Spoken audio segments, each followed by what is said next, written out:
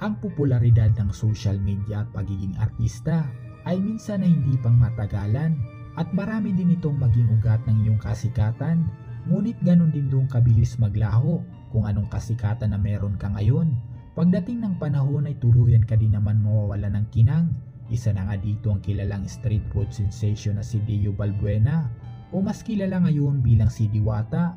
Bumuhos ang simpatya ng nakakarami dahil makikita na hindi na nga pinipilahan ang kanyang parisan at dumating din sa punto na nagbawas na ito ng mga tauhan dahil sa tumalo-malo ng kinikita.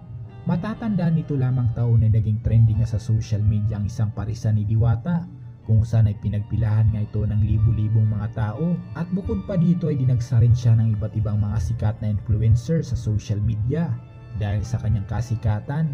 Subalit sa kabila ng kanyang kasikatan na hindi naman nawala ang mga mapanirang netizens kung saan ay umabot rin sa punto na maraming nagreklamo sa kanyang tinitindang parisan. Matatandaan nito lamang taon ay mabilis niya siyang nakilala at sumikat matapos ngang maging viral ang pinipilahan niyang Diwata Paris Overload at naging isa din siya sa mga sinusundan na personalidad sa social media.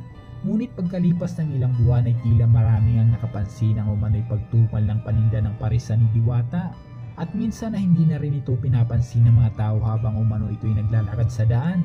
Kaya naman dahil dito'y maraming nagsasabi na mistulang kinarma daw si Diwata dahil na rin ito sa pagtanggi niya sa mga taong kumukuha ng larawan sa kanya at minsan ay umabot rin sa punto na pinagalitan nito ang kanyang mga tauhan. Kaya naman tunay nga ang kasabihan ng nakakarami na ang kapalaran ng tao ay parang gulong, minsan ay nasa itaas ka at minsan naman ay nasa ibaba ka. Kaya naman ito ang masaklap na nangyari kay Diwata na isang patunay ng kasikatan na hindi garantisadong pangmatagalan kung saan ay minsan ay aabot sa punto na pagsasawaan ka ng mga tao.